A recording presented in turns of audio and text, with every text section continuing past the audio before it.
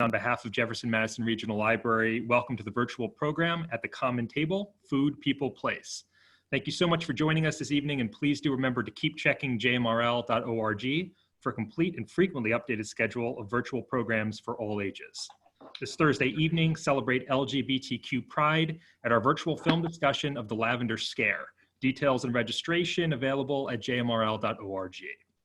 Tonight's special event is a part of Welcoming Week. Welcoming Week is a national initiative focused on community building by getting to know one another, whether we have just come to this country or were born here. It's about extending a welcoming hand to the refugees and immigrants among us and appreciating the richness that diversity brings to our culture. For more information and upcoming Welcoming Week programs, please visit wgcville.org. This event and all JMRL events have been made possible by the incredible and generous support of the Friends of the Library. This program is also being recorded for inclusion on the JMRL YouTube channel. So if you'd like to rewatch this program or have a friend who couldn't attend, barring any major technical issues, we will try to get this posted within the next few days. For anyone curious, the mics have been muted for this evening's event. Toward the middle and at the end of the program, we will designate a period to take questions. We ask that any questions you may have, you please enter into the Q&A box at the bottom of your screen, or if you prefer to ask your question out loud, please utilize the raise hand feature. The raise hand feature can be accessed by selecting participants at the bottom of your screen and clicking on raise hand. If you've dialed in by phone tonight, you would simply press *9 to activate the raise hand feature. Again, we ask that you please save all questions until the designated Q&A sessions. One other thing I should just mention are there are a number of videos during the course of this program, and unfortunately, kind of one of the downsides of Zoom is they don't transfer too well onto the screen. So they are probably going to be a little choppy, maybe pixelated at moments, but the audio for the most part, we've gone through this a couple of times, the presenter and I, the audio should be just fine. We do apologize though if the videos are a little bit choppy. With that said, it is now my pleasure to introduce to you tonight's presenter. Jamie Ross has worked for more than 30 years writing, directing, and producing books, articles, and documentaries on American history and culture. Her PBS environmental history series, Appalachia, A History of Mountains and Peoples, was named Best Video of the Year by the American Library Association. This evening's discussion will revolve around her latest film, At the Common Table, a documentary tracing the roots of Southern cuisine while depicting how Southern food cuts across lines of race, class, age, gender, politics, and religion. Please help me to welcome Jamie Ross. Jamie, whenever you're ready to begin. Okay, thank you. Thank you, Evan, and thank you so much for having me here. I want to say how happy I am to be here for Welcoming Week. I wrote down the richness diversity brings to our community, and that's what we're going to be talking tonight is exactly that, the richness that diversity has brought to Southern cuisine, Southern culture, and the Southern table. Somebody said yesterday that every time we put food on a plate, there's a story being told. And if we look at the Southern plate, there's a whole lot of different stories being told all at once, and I have harmonized together into a singular, a creative, cultural artifact. Southern food was born of the intermingling of cultures from 3 corners of the globe. It was a result of one of the greatest human and plant migrations of all time. We like to think of our time as being extremely disruptive, and it is, but also the 1500s when Africa came into contact with Europe, speeded up, but mostly Europe and Africa came into contact with the Americas for the first time. Incredible changes were forged across the globe.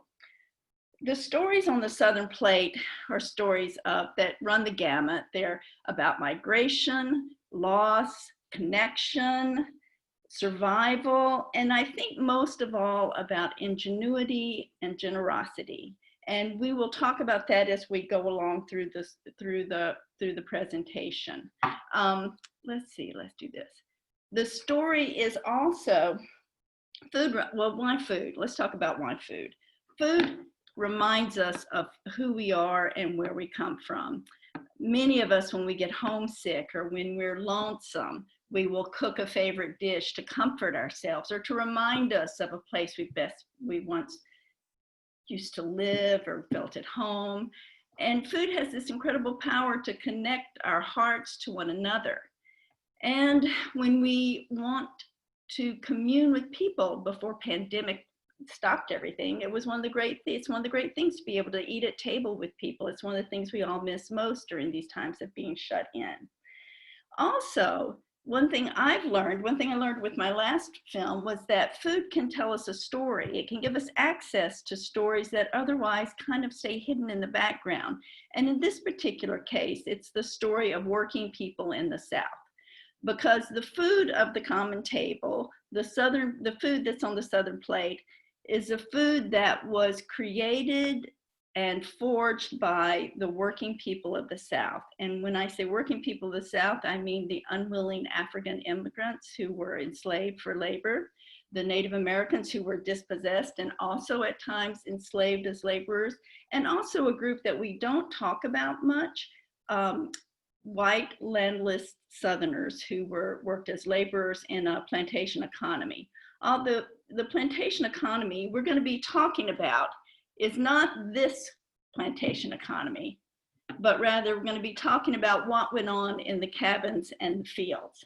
Now, first of all, we have to realize, this may be a little bit of a surprise to some of you, but that the plate is a vegetable plate.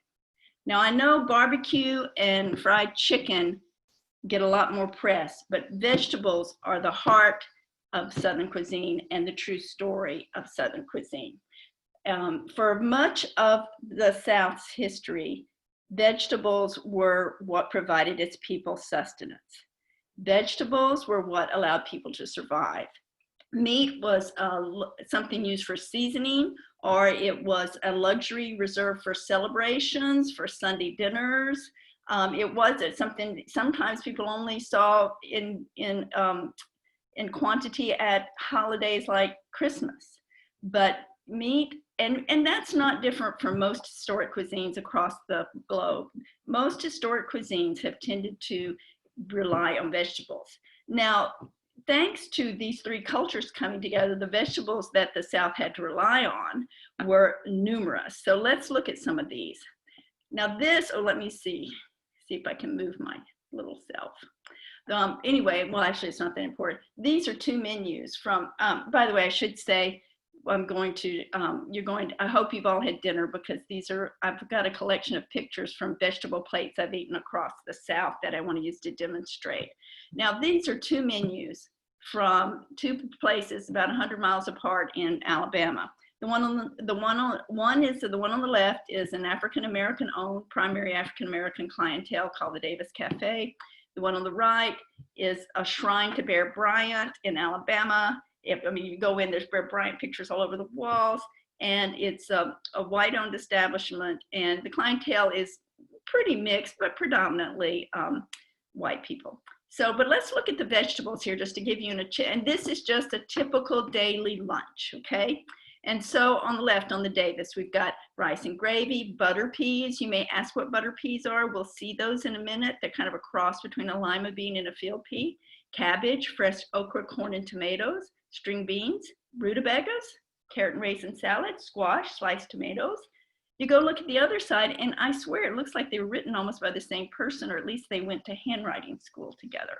We've got mashed potatoes, potato skins, French fries, heavy on the potatoes there, turnip greens, butter peas, squash casserole, cream corn, lima beans, sliced tomatoes, and fried green tomatoes picking down there in the corner. Well, that gives you, and that's true across the South even today. You can order a vegetable plate. You could order a vegetable plate before Alice Waters ever opened her restaurant in the South. You just had to go in and say, can I have a vegetable plate? And they'd say, how many do you want? 3 or 4. So vegetables are deeply ingrained. This is a vegetable plate from the farmer's market in Charlottesville with food. The beans on the left side are a kind of Appalachian bean called, that are greasy cut shorts, I think, and new potatoes, corn, and fresh tomatoes. Here we have from South Carolina, fried green tomatoes, lima beans. That's not wallpaper paste. Those are stone ground grits. And the next little bowl is collard greens. Here, Tanny George is one of my favorite places in Auburn. Okra and tomatoes, collard greens at the top, and to the right, butter peas, if you were wondering. Okay, and the corn muffin. Now here's from a little closer to home. This is a Virginia diner near Suffolk. Virginia. And we've got greens and then lambs. And then this is a particularly Virginia riff on field peas and tomatoes, stewed tomatoes. It's a Virginia custom to eat stewed tomatoes on top of your field peas. Okay. Now, here we have the pièce de résistance. Here we have artisanal upscale vegetable plate. Again, something that looks like butter peas. To the right, sweet potatoes, a corn stick, rutabagas up to the top, some kind of green to the left. And then I do remember that was a feta orzo thing. That, I don't know where that came from, but the vegetables are there. So all of these vegetables, where did they come from? Are you ready, Evan? Yes, Jamie, I'm going to launch the poll. So if you want to go to the first slide. This is the audience participation section. There it goes. This is the audio participation section of the food presentation. So I'm going to show you a picture of a vegetable, and then you get to choose which, there'll be 5. You get to choose which place you think it's from. Number 1 is Africa, 2 is the Americas, and 3 is Europe. Okay? We ready? Oh, let's see. Is everybody seeing can anybody see the vegetables, or is the poll thing in the way?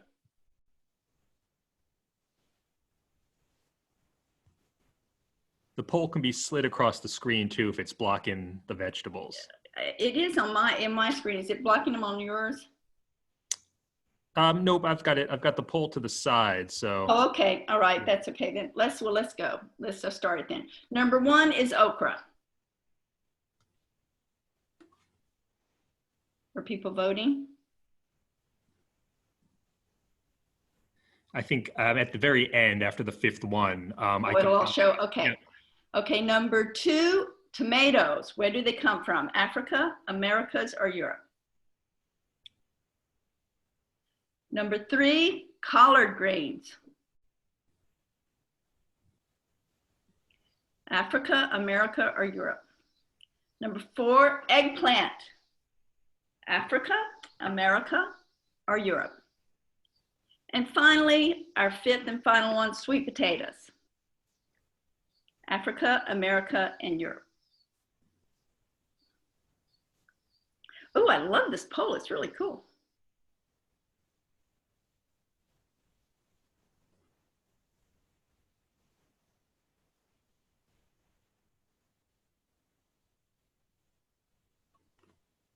Evan, I may need your help reading the poll. Sure, yeah. Okay, so number 1, where does okra come from? It seems most everybody got it right. It does come from Africa. So that's great. And number 2, tomatoes, strong showing. They do come from the Americas. You know, it's hard to believe that Italy ever had a cuisine without tomatoes, but they did. Number 3, collards. Now you'll have to tell me, I can't see it on mine. It's pretty even. 38% thought Africa, 38% thought the Americas, and 25% thought Europe.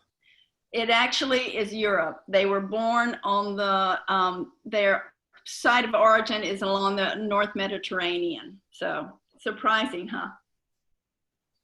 And then eggplant. All right, looks like the majority thought Europe, 63%, 6% Americas, and 31% Africa. It's Africa. That's a real surprise too, but it is. They're called guinea squash there too sometimes. So the Africa is the site of origin for eggplant. And then finally, sweet potatoes. All right, so it was a tie. 50% thought Africa, 50% thought the Americas. Oh, nobody thought Europe. Well, sweet potatoes are from the Americas, and yams, which are a totally different species, which confuses people a great deal. Yams are from Africa. They are not from, but sweet potatoes are from the Americas. The sweet potatoes have since migrated over to Africa, and people eat their greens. Apparently you can eat the greens as well as the rest of them. Okay, so can we end the poll? That was great. All right.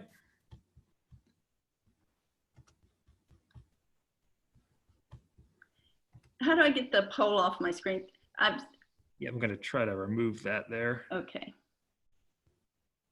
If you just exit out, Jamie. Okay. I may have to do that. I can't get it. Oh, there it is. Okay. All right, we'll go back. There we go. Okay, thank you. Let's see. All right. So what we, as you can see, what we think of as normal Southern foods or normal European foods have much more complicated paths than we realize. And in looking at those paths, that how we came to think of collards as a European vegetable as so strongly identified with Africans and African Americans, or how sweet potatoes, or how tomatoes, eggplant. I mean, looking at these foods, you can see how they present opportunities for exploring areas we had no idea existed. Now, finally, we're going to end up with for these four final vegetable plates. And the one on the left, I just want to be sure you know that the one on the left, the upper left corner, those are field peas. They are definitely a product of Africa. They are one of the oldest cultivated vegetables. They were first, we know they go back to 10,000 BC. Lima beans are from South America. And then this is a Southern favorite that people hardly ever talk about, but it's from Europe, is rutabagas. Don't ask me why Southerners are crazy about rutabagas, but they are. You see them a lot on menus. And then collard, and then cabbage. You will see I did have a hankering for fried chicken that day, and so it's on there. To the right over here, we have a plate from South Carolina, outside of Charleston. And there's some grilled root vegetables, turnips, lima beans, and more greens. And once again, we have cornbread. To the right is my newest entry, which is from Rome, Georgia, from just a few months ago before the pandemic. And that is squash casserole, the yellow glob up there, lima beans. I think those are mustard greens, and fried okra, and a corn muffin, as you can see. And then finally, over here to the left, this is from Aliceville, Alabama. Field peas, sweet potatoes, cabbage, and fried okra. And one thing you will see that all of these plates have, and almost all the previous plates have, is corn. We would not be able to recognize Southern food without corn. Corn is the backbone of Southern cooking.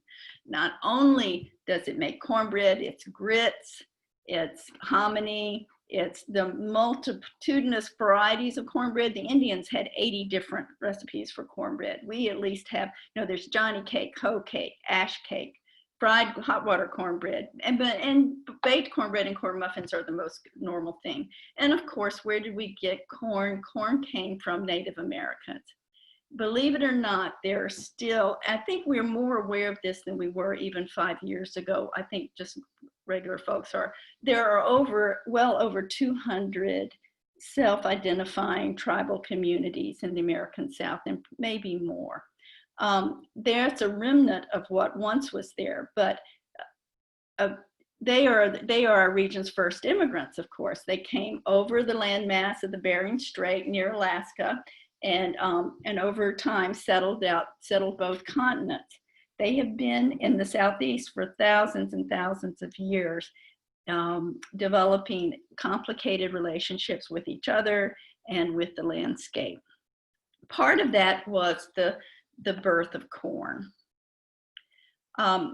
One thing that we're going to see Robert Thrower, who's a member of the Porch Creek tribe, in just a minute. And if you got a glimpse of him, you notice Robert doesn't look like we think of an Indian always looking.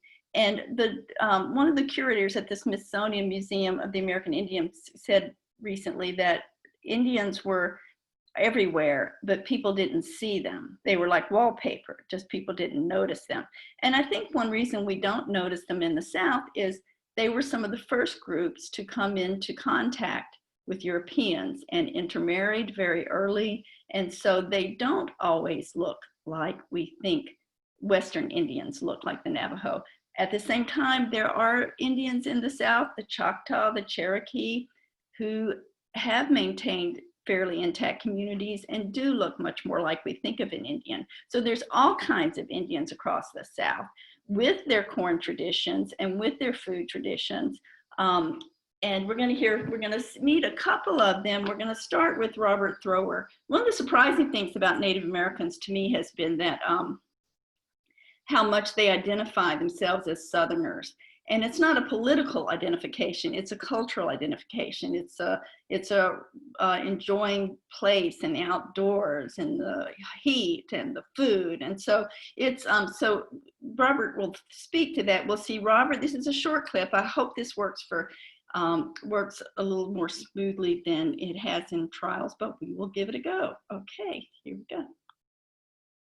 You know, everywhere I go over the last few years, when they say an Indian's coming, the general reaction I get this from school kids. They'll say, well, you don't look Indian, right? And I say, well, the thing with that is I don't look Indian to you.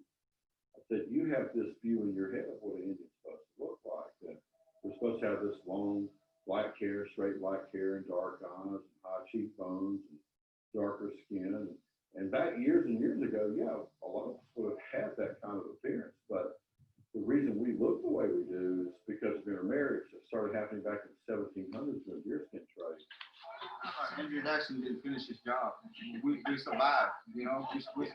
And there's a lot of kids, 7, 8 years old, that's taught in school. They think they know Indians no more, you know. And the parents think that way because they learned it from their parents, which is wrong. They don't teach it at school either as a true fact history. I am a Native American. I am a native Alabama. Okay? I'm proud to be a Southern. There are aspects of the South, Ku Klux Klan, other things like that, racism. Not proud of that, but you know what? The South, and I actually believe that Southern culture is highly endangered right now.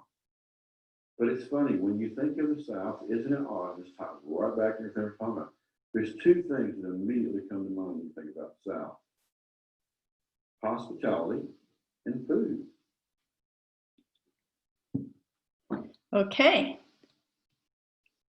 And speaking of hospitality, I found this quote recently about, had the savages not fed us, we directly had starved, from John Smith at Jamestown, acknowledging the debt that the English colonists had towards, for the Native Americans. And also, of course, the food they gave them was corn. And a corn dish is recorded as one of the first things that were eaten. So where exactly did corn come from? Was it just growing wild, or what's the story of corn? Well, that's filled tomes and books, but I'm going to give you a quick intro into what I see as one of the most marvelous human inventions of all time. First of all, corn was not born, it didn't just spring up. Corn is a function of human ingenuity, and not just humans, but Indian women. Indian women were in charge of the fields. Men tended to be in charge of the forest. That division of labor carries across many of the societies. And the women were in charge not just of cultivating the fields, but of saving the corn, growing the corn, working with plants to provide nutrients for the whole community. Look at this woman here on the left. This is a Diego Rivera painting from Mexico. And look how, I mean, everything that's going on in that marketplace is based around corn. And she is master of everything she sees, as we can tell. And she is there marketing her corn and selling and participating. It's part of a bigger, beautiful mural. So the invention of corn is comparable to man's invention of fire, but we should say, yeah. So how did they invent corn? Where did corn start? On the left, you see teosinte. Teosinte is a grass. Teosinte is the ancestor of corn. The Indian women did selective breeding, cross-pollinating, and working with teosinte over generations until they achieved what we see on the right, which is ears of corn as we know it.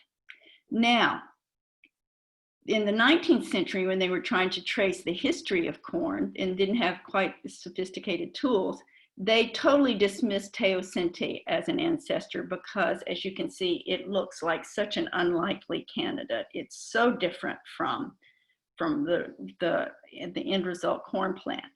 Well, this brings me to one of my points I want to make with this talk in terms of our differences and understanding. I think it's real important. We're looking at food. We also have an opportunity to give credit and to admire the accomplishments of other peoples that we haven't always been able to understand or to acknowledge. And the invention of corn is definitely one of those. I've been paying attention to how we talk about corn, and people will say things like corn evolved, and technically that's true, but usually when we think about evolution, we think of natural selection and people, and we don't think about humans intervening. To me, it is just, I am just continue to be astonished that Indian women were able to have the imagination and the technical know-how to make teosinte on the left become maize on the right. So I think we should say they invented corn, they authored corn, they engineered corn, whatever it means to give those people credit for creating what Octavio Paz said is the greatest invention since fire. Now, why does he say that? He says that because corn feeds more people than any other plant on the planet. And you can see why. You can see why corn became immediately popular. In calories per acre, corn, if you plant an acre of corn, you can get 15 million calories. An acre of wheat, you get 4. Soy, 6. Rice comes closest with 11. Also, when they exported corn to Europe, you could get, it's so adaptable, it can be worked with to grow in different climates. Well, think about it. It grows from the deserts of Mexico up to the Canadian provinces. So it's an amazingly adaptive plant. So corn and cornbread are two things that not just Southerners, but the whole world is indebted to Native women and Native peoples for engineering. And then let's not forget bourbon. I mean, where would the South be without bourbon? Or without corn-fed pork? I mean, with corn is what we feed our livestock. So, I mean, I'm always grateful for cornbread, but the fact that you know, they invented this thing that feeds so much of the planet now is just astonishing. We're going to hear next about not only did they engineer corn, they also developed ways of growing that coincided with the growth of corn. Now, what they do also, we'll hear Robert Thrower again. He's going to show us a Three Sisters garden. What he doesn't tell you is that in planting beans with corn, the beans fix nitrogen into the soil. Corn seeps a lot of nitrogen out of the soil, so the beans need to be replaced. And Indian women, again, figured an efficient, labor, unintensive way to do that. So here we go. Corn is very important. Corn and beans and squash. And some people refer to them as the Three Sisters. Now this is how we garden. It's called Three Sisters Planting. And one of the sisters is gone now. She's gone away because the weather changes, right? Okay, what are the three sisters? Squash or pumpkins, yes, those are almost the same. Let's just say squash. Squash, beans, and corn. Now that corn is the salty corn. That's the first corn. The first corn made very small things like this, and the Indian women were the gardeners, by the way. So the men would make the garden spots, but the Indian ladies were the gardeners. They were master gardeners. And they started messing with that corn and cross-hybridizing it, planting it together and saving the biggest seed, and they ended up with the corn we got today, right? Now, the corn serves the purpose with Three Sisters Planting. The corn supplies, you know, it's the state tomato plants, it's support. Support for what? The beans. The beans are not bush beans, they're running beans. They run on a vine. So the beans run up on the corn stalks, and those two help each other. Today they call it organic gardening companion planting.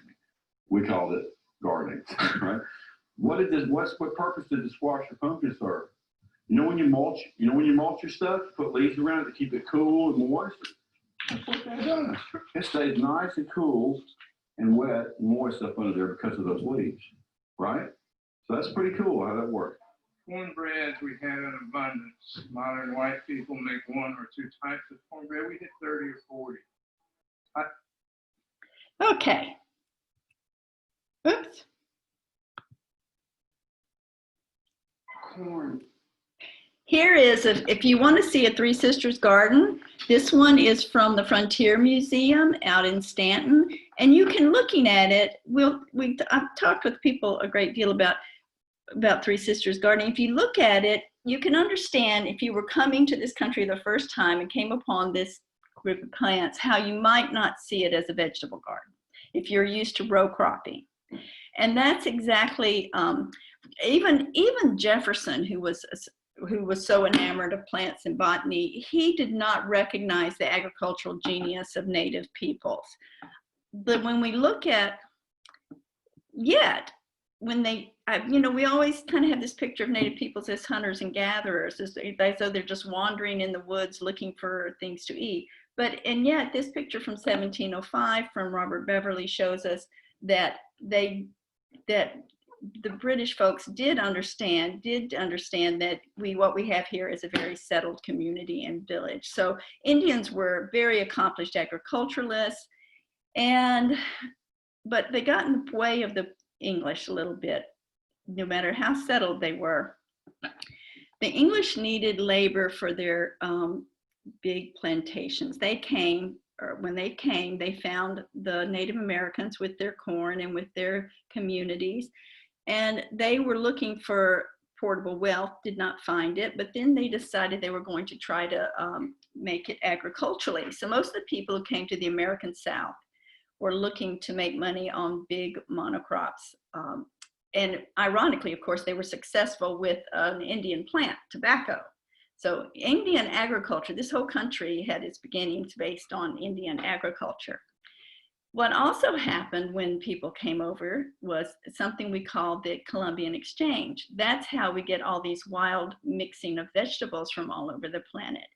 A great mass of vegetables came from, plants came from the Americas over to Africa and Eurasia. We see this here. And then from Eurasia and Africa, they came back. Of course, what also came with those people was the slave trade and the labor that people were looking for to grow indigo, sugar, rice, and tobacco to start with, and later after the invention of the cotton gin, cotton. This is a picture of the the first people they tried to get for labor, the English did, was the Europeans in general, was they tried to enslave Native Americans. That did not work out quite as well as they had hoped it would, so that's when they turned to Africa. I want to look here, just talk about my perceptions of Africa so we can understand the foods that came from Africa and the people that came from Africa a little better. This is the standard map that we all had in school, and many schools still use. And it distorts the size of things. The further away you get from the equator, the more distorted the image is. Here is what is a corrected version. And notice the size of Africa in this. It gives us an idea of how huge Africa is. And here's an even better example. So here we got the United States, China, India, Eastern Europe, France, all fits in this one area that we just kind of refer to as Africa. So when we say people come from Africa, our plants come from Africa, we have no idea. That's like, like assuming, we would be really upset with someone assuming that Italians were the same as the British, yet we kind of just glomp Africa altogether. So I'm kind of making a case for us. I'm just beginning to know what I don't know about Africa and just starting to ask questions, as we do this work. And this is another way we don't think of Africa. This is an African market. If we saw Africa, it extends way up to the Mediterranean and all the way back down to the southern tip with an amazing variety of climates and politics and economies and agriculture. And this is an African market. Now, I'm not claiming all these plants are indigenous to Africa, but isn't it just glorious? And so it gives us an idea of what the possibilities are of Africa. Now, the slave trade began in 1450. This map shows it from 1450. Keeping in mind about makes us look a little more detail at where the enslaved labor came from a wide range of places in Africa. And then they were taken to a wide range of places. At least 12 million people were exported out of Africa as commodities, not as human beings. And they were shipped to the New World. Of those 12 million, approximately 500,000 came to the United States. That means there's 11.5 million other people who were enslaved in other parts of the New World, which means that our story of slavery in the Southern United States is a small part of a much bigger story going on. And part of that bigger story is the food that came along with this. We're going to see next, they brought the food on these ships, the slave ships, as we said, which were designed to carry maximum people with no concern for their comfort and minimal concern for their well-being. They were stacked, as I'm sure you've all seen in this, from this famous diagram from the Brooks. They were stacked like cords of wood in the ship, and this infographic really brings it home graphically. Now, we have a clip which I'll show you next, which is it's talking about how it was. Now there's a lot of speculation about how the seeds of Africa came across on the slave ships. There have been stories of people braiding seeds into their hair and secreting them on their person, and though that may have happened. But the truth is, and I find this even more compelling, is how the people on these ships with absolutely nothing got to the other side and were able to salvage remnants of a life before in the form of seeds and to plant them in the plantation economies. Judith Carney, who has a wonderful book, In the Shadow of Slavery, you'll see her, and you'll also see an amazing woman named Jessica Harris, who's been studying culinary history, African American, for decades. So here we go. The Transatlantic Slave Trade Database now mentions about 35,000 slave voyages that can be documented over nearly 400 years, 350 to 400 years. They can document that number, and you're going for months to cross, sometimes a little shorter, sometimes a little longer, and carrying large numbers of human beings, as I mentioned, over 12 million. How were they fed? You brought what was ever in your head and maybe your hands and the things that you remembered, and arguably if you had an amulet or some kind of a charm that might have had a seed or whatever in it, you might have had that.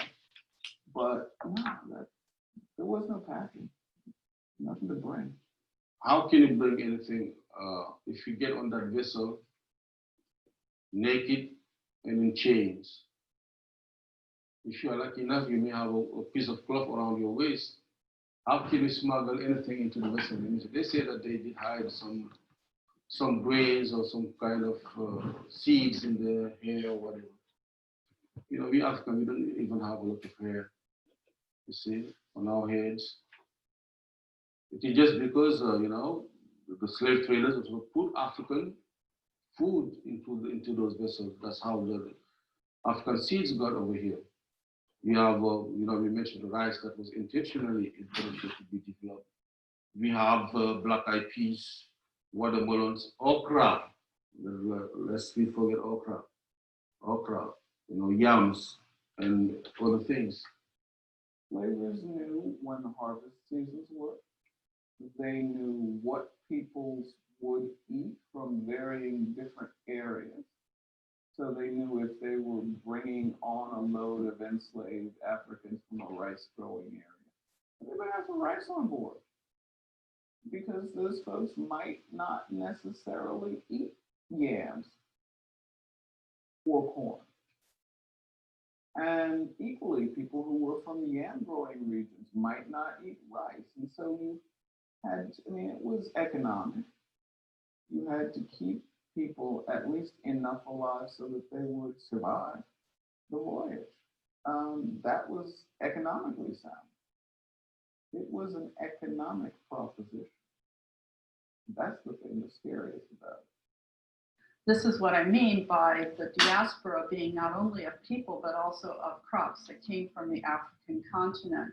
And then I'm sure it was, these are, in a sense, inadvertent introductions, these crops to the Americas, because they were just seen as provisions to keep people alive on the slave ship until you got to the other side of the slave block, auction blocks of the Americas. And what must have happened repeatedly and in many different places is that occasionally there was food left over from a slave ship, and that would serve as the basis, the grains of cereal that remained, or some of the vegetables that remained in a dried form or whatever, served as a way by which these plants were, the cultivation of them was instigated anew in these plantation societies as food staples.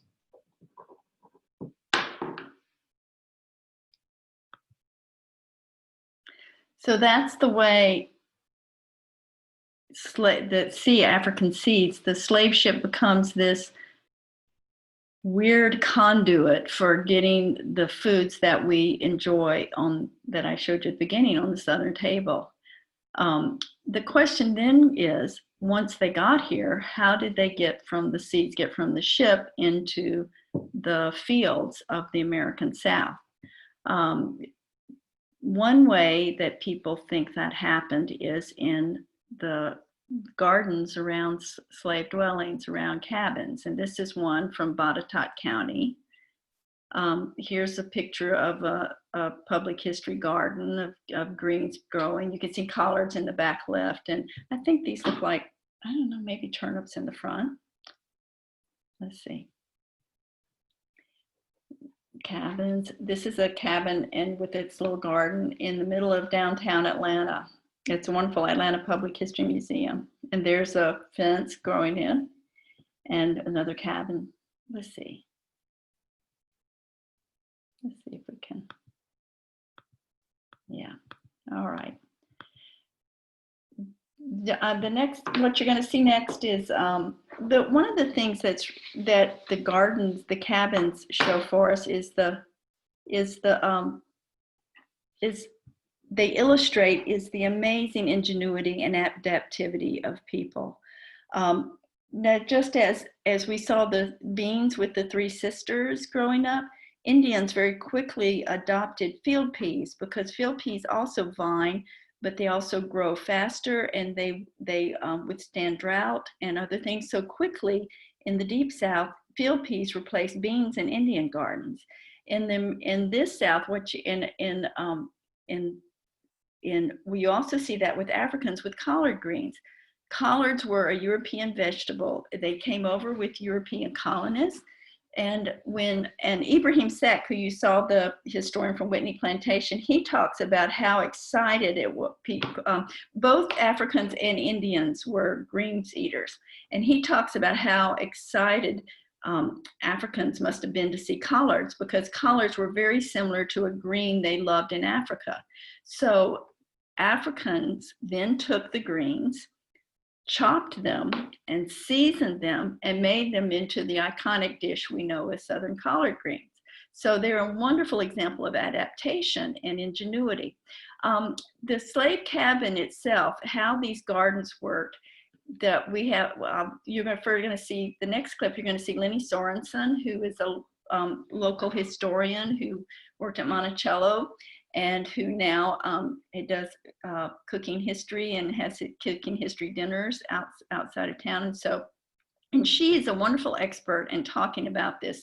And we also need to realize that when we, as you notice in the map, when we talk about slavery, we're talking about a 300 to 400 year period in this country. We're also talking about slavery, how it varies from place to place, from Virginia to Louisiana, from small holdings to holdings with hundreds of people. So although I'm making these assertions, we need to realize that, and also from one human being to the next, it was different it had certain similarities, but it also had, there were enormous variability in place to place.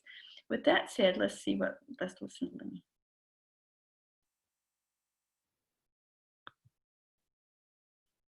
We also know from various records, which are very helpful to us, that most people were either allowed, encouraged, chivied into, or however the master might have thought about it, into having their own provision grounds. Sometimes they were minimal space, other times more expansive, and then what they were allowed to grow in them varied.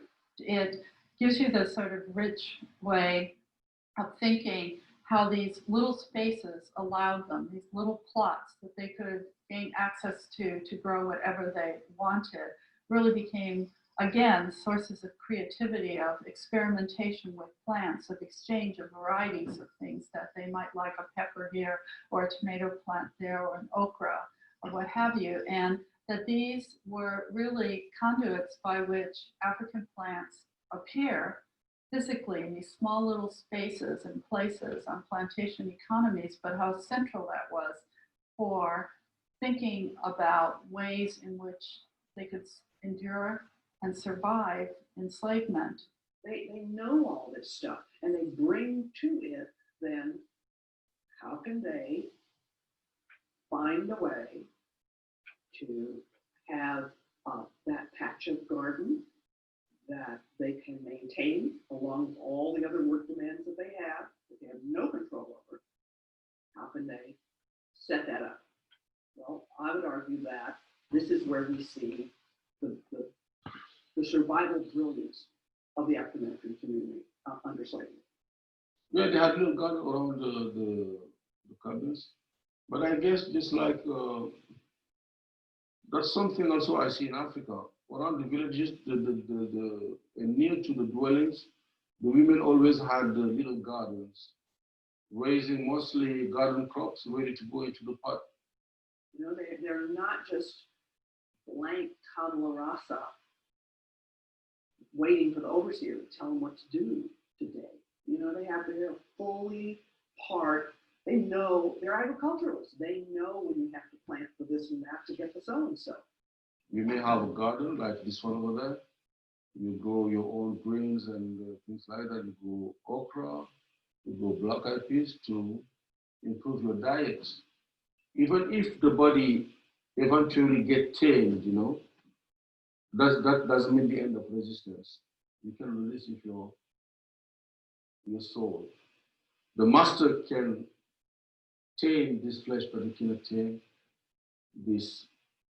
And that's why you talk to yourself and say, okay, this flesh tamed, but this will allow me to continue to resist. I will keep on my own religion, my food ways, my music, my folk tales, my country at large. Remember, they come from, for the most part, rural societies where they are the repository of what their parents have taught them. They're the embodiment of their culture, their ideas about how you celebrate, how you mourn, how you plant. They are the living embodiment of that. And they're bringing lives lived in their heads in these circumstances of the Americas. And remarkably, it's a remarkable story of human endurance to use those elements of culture and agriculture to create something that could give you a way of interpreting what has happened and keep you alive.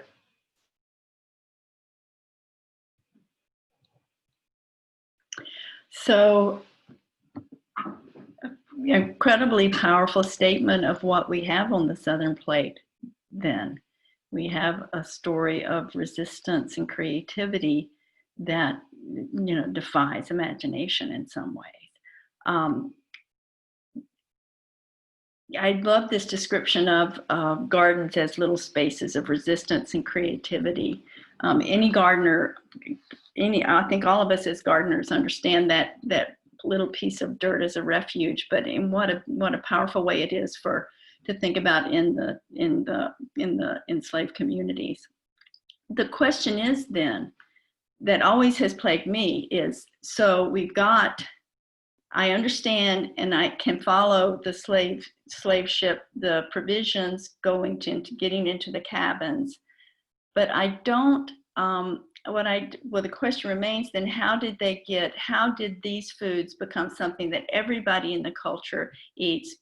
Foods that people, no matter what color skin they have, claim as their own and identify with as their food, their Southern food. Because we all in the South eat the same food, and that's one of the more astonishing things in the region that we consider the most segregated in the country. So one explanation is that there were Black cooks, and that makes sense for a certain segment of the population to a certain degree. But that was a very small portion of the population that had the wherewithal to have a person cook for them. Most of the, especially the white laborers, did not own slaves. Even in smaller holdings, you probably could not afford to have just one person cooking. If you had to get the tobacco in and the cotton in.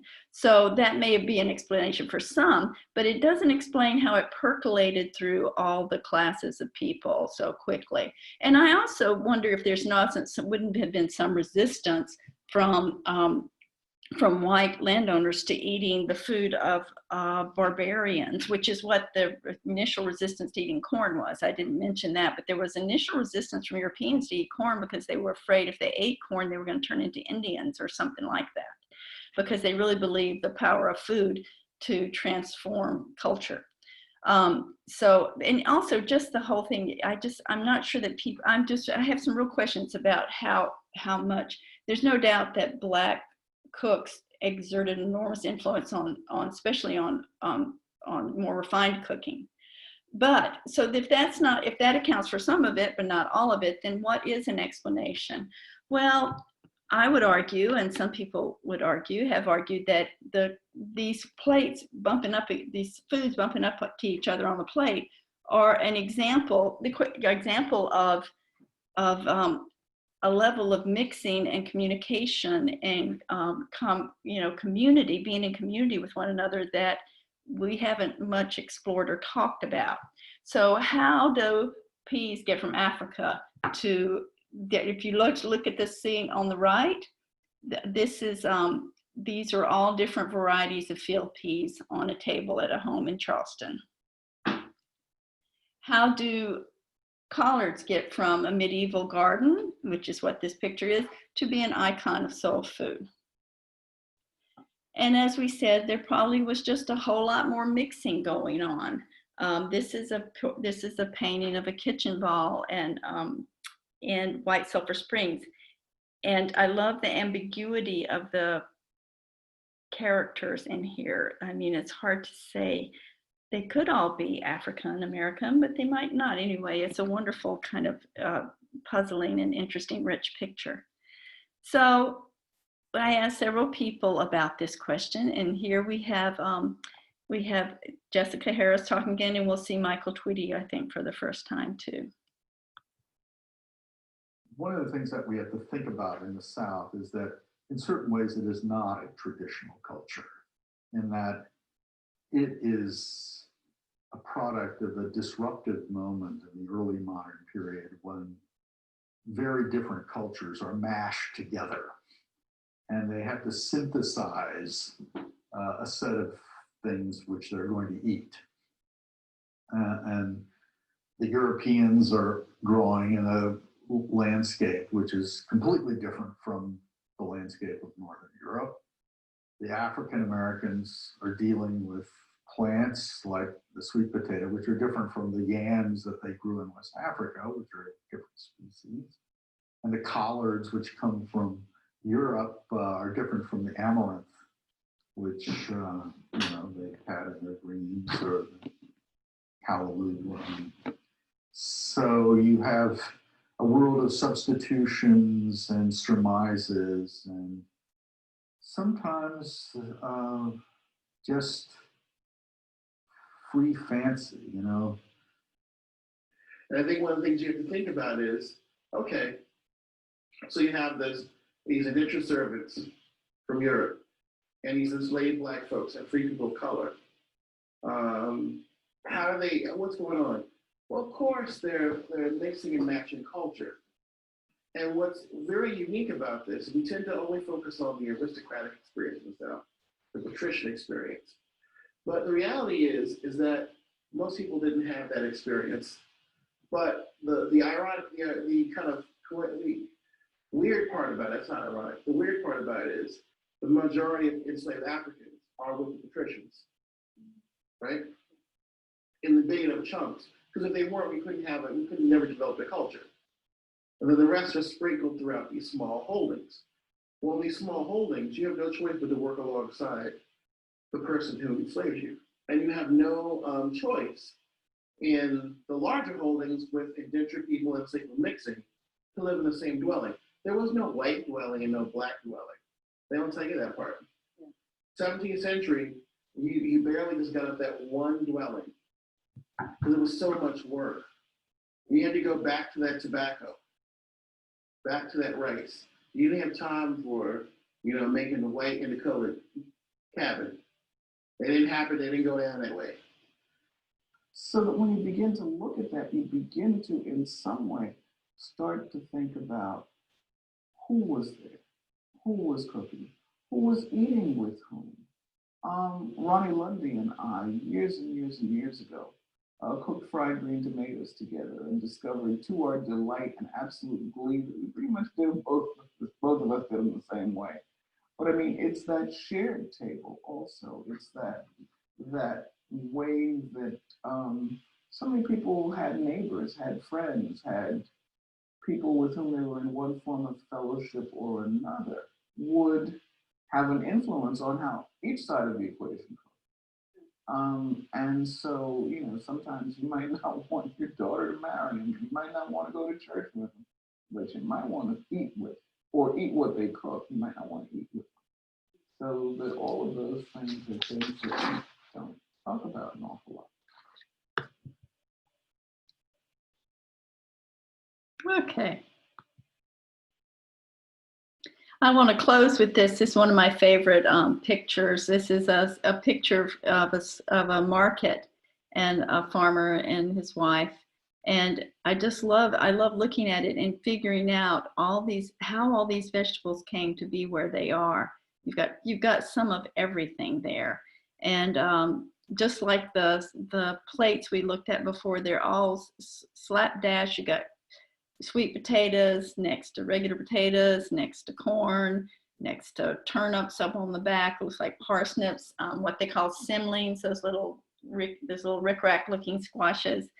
And to me, the whole message that we get from looking at all these differences is what an amazing gift that these people coming together in this world that was so hard, and their use of the plate to give meaning, to give flavor, to connect, to make their lives a little bit better than they would have been otherwise in situations that I think we could find hardly imaginable. So as I said before, once you start looking at this stuff, collards and cornbread never taste the same, but it tastes a whole lot better because you know what it took to get here. So if anybody has questions, I'll be happy to do my best to answer them. Right, you can type in any questions into the Q&A box at the bottom of the screen or in the chat box. And if you wanted to ask your question out loud, you can use the raise hand feature. You would just select participants at the bottom of your screen and then click raise hand.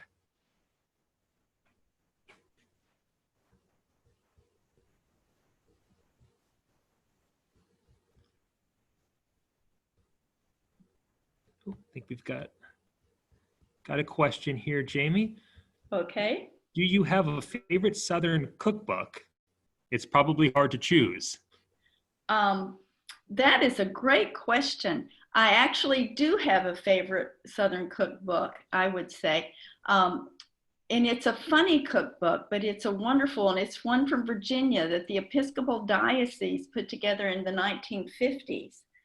And I'm trying to think what it's a Virginia Book of Cookery or something. I think the library has, it's never gone out of print. You can find it, but it has a wonderful, it could have been written by a food historian today. It has wonderful chapters that begin and great histories of foods in Virginia, and reading between the lines, you can really see the history of a lot of the foods that are going. Then there are a lot of wonderful cooks out there with cookbooks right now.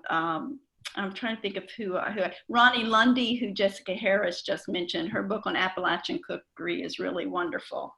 And let's see I tend to I'll be honest with you, I tend to go for those community-based cookbooks because I always feel like they're reading the stories of the communities there. So. All right, thank you, Jamie. Another question here. Can you talk a little bit about the potato as in Irish potatoes? Okay, I can talk a little bit. I can certainly talk a little bit about it. I know it originates in the Andes in Peru, where there are all these different kinds of potatoes. There's a wonderful woman, she's an anthropologist at Athens, at the University of Georgia. And she has done extensive work. Her name is Virginia Nazaria, with Andean communities and potatoes. And she sees, I love this, she sees seed savers and these potato people among them as resistors, the way that Judith Carney also saw the slave gardens as resistors, that when you save seed, you're resisting homogeneity and you're resisting the attempt to make uniformity, and you're keeping your own seed. But why they are called Irish potatoes, one of the Native Americans we interviewed said he really resented that potatoes were called Irish potatoes, that there was nothing Irish about them because all they had done was starve with them. But I don't know much about how the potato came from the Andes up. I would think it might be via the Caribbean. A lot of stuff sweet potatoes came up to the United States via the Caribbean. But they are also they like corn get a bad rap. They are very, very nutritious and provide a lot of calories and calories per acre too. All right. Thank you. That question was also, she mentioned she's from Charleston and mashed potatoes were always a delicacy there. Yeah, they eat them with seafood there, which I find very weird.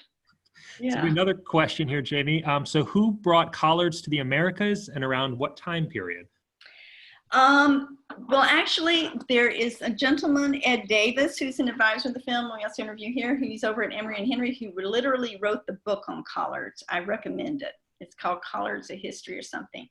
And the collards came with probably in the 1600s with European colonists, most likely British colonists or people from northern France. And they did not have a very appetizing way of cooking them, apparently, as much as we know. They just threw the leaves in and cooked them as big glocks. So, but they did come, and collards are one of, when collards are kind of endangered. People aren't saving seeds like they used to because people don't have home gardens. And whereas, if you just notice when you go to the farmer's market, you can find all kinds of kale, but you'll find maybe one kind of collards. And it's because people aren't eating, they're not as sexy a vegetable as kale is, or they're not as popular. So go out there and eat more collards. Okay. All right, thank you, Jamie. When did the Southern plate, as you define it, become characteristic of Southern culture as you know it? For example, by the 1650s, 1750s, 1850s, postbellum period? Oh, that's an excellent question. I'd say we would probably say all of these things come together probably in the mid. That's interesting. Well, the South has its poverty to contend with too, even after the Civil War. And that's one thing that ensures, it ensures cultural continuity because nobody was going anywhere. And people were eating these foods because they're also, I didn't mention, most nutrient packed. So I would think that, I don't know, I think that, and also one thing we didn't talk about, the plate itself is European. The fact that we eat food and separate things on a plate, that is a European thing. I would think probably it was around by, probably, it depends on which class of people you're talking about, but I would say probably in the 1750s. Probably, it was probably well established by then, definitely by the early 1800s, but I'd say in the late 1800s, 18th century, not 1800s. Yeah, I hope that answers. I'm going to have to do some thinking about that. All right, thank you, Jamie. Can you recommend a living history type of museum with a focus on Southern food and slavery? Oh, wow. Well, of course, the Whitney is the one that comes to mind, where Ibrahim Seck is the historian who you saw. That is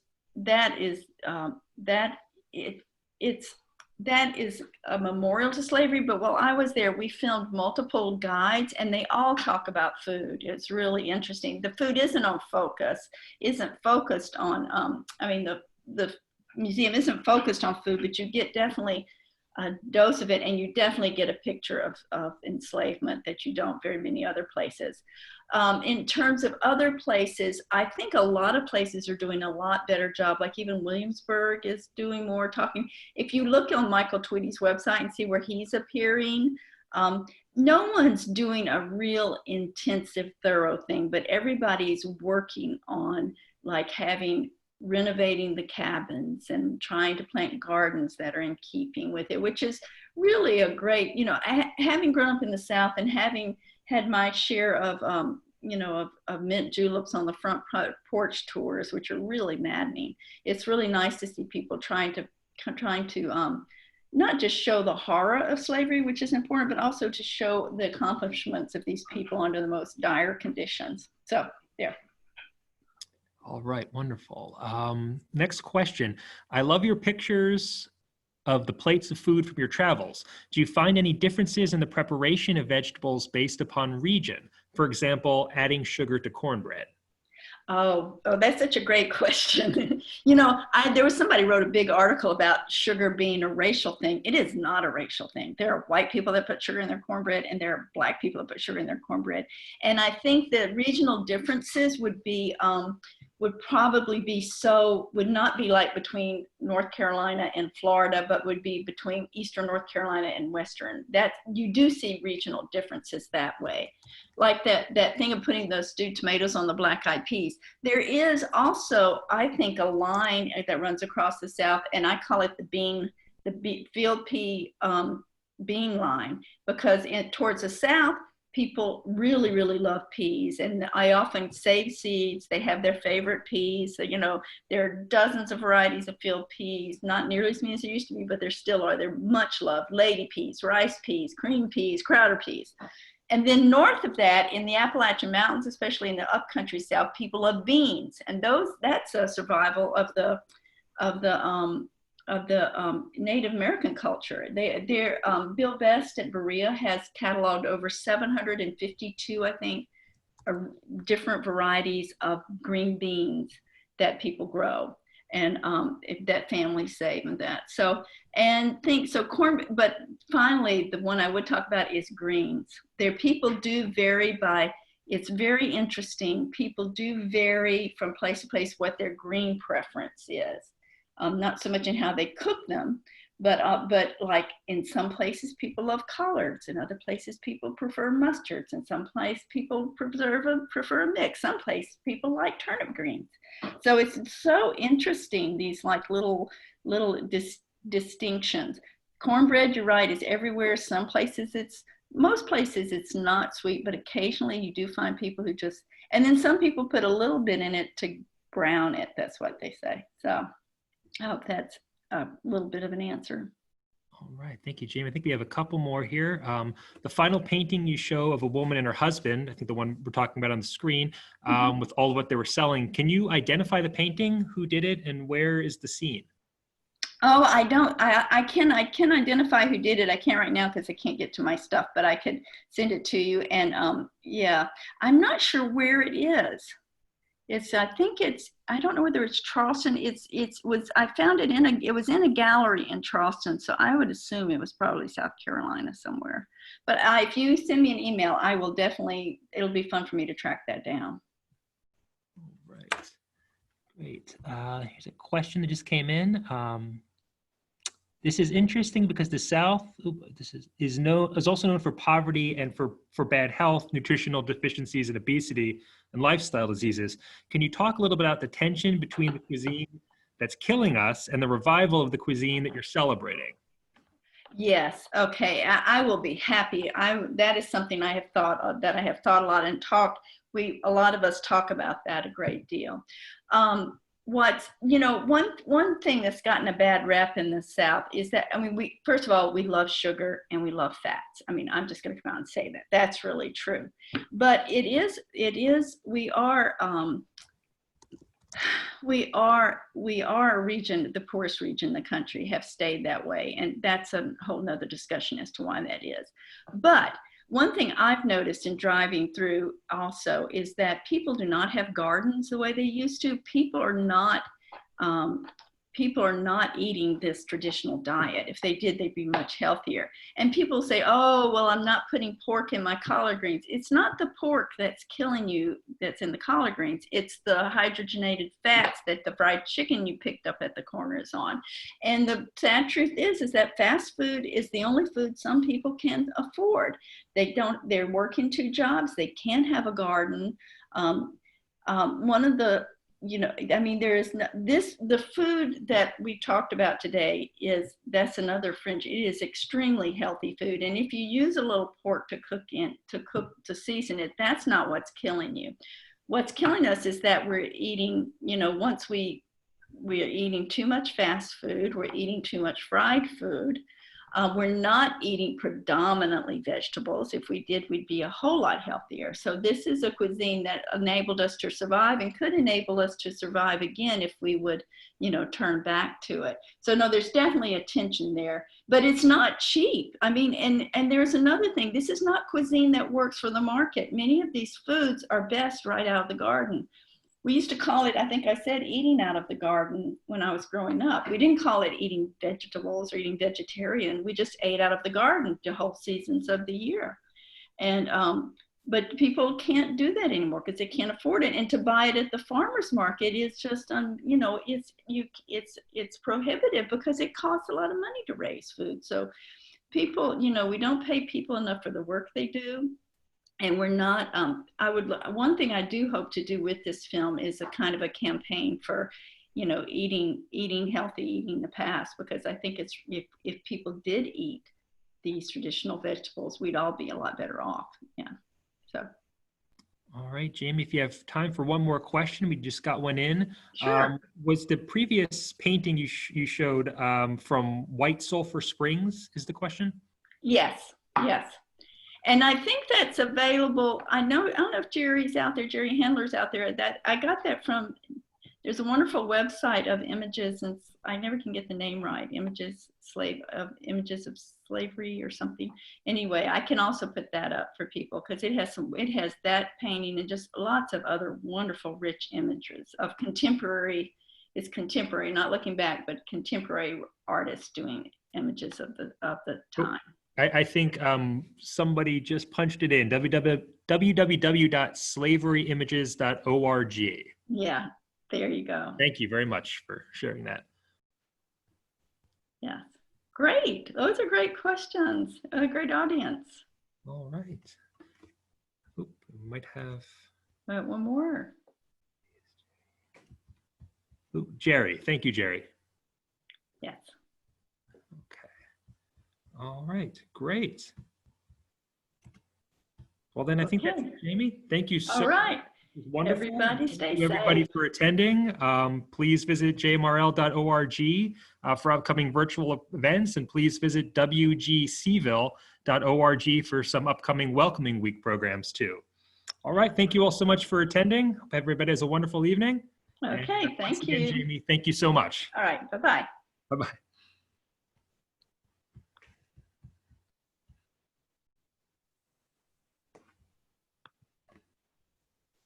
When the Europeans came,